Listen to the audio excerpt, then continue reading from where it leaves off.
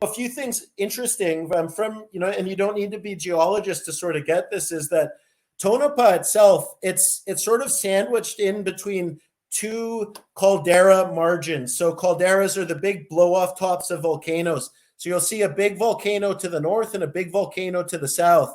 The volcanoes were different ages, but it's the north caldera here that is responsible for the really, really high silver ratio.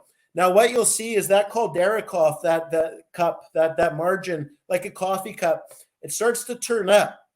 Now, where it starts to turn up, where this arrow is really exactly where our property is. And what's interesting about that is what we're finding is the mineralization.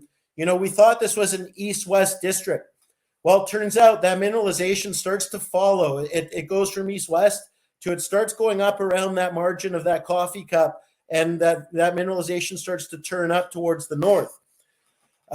We'll come back to that, but that's sort of the understanding, is that the mineralization, the vein system circle the coffee cup or the caldera margin.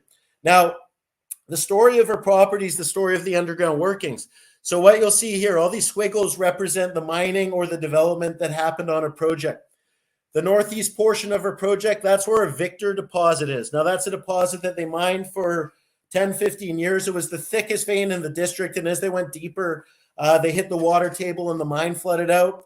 This is a big company, an industrial titan magnate named Charles Schwab, not the financial Charles Schwab, but another really rich guy, was on the board of that company, the largest shareholder. He had his geologists and engineers scope out years and years of mine life beyond where the mine got flooded out. He loaned the company debt to fund water pumps and diesel generators to come in. Back in those days, you couldn't just get them delivered, 6 months or a year. It took years and years to get delivered, commissioned in Europe, shipped over and stuff. And in that time, that same company, the Tonopah Extension Mining Company, drifted across underground while they were waiting and hit a whole bunch of other veins right in the center of a project. These veins they were preparing to mine, they were called DPB system, Denver Paymaster Bermuda veins. By the time the water pumps, diesel generators came in, metals prices tanked.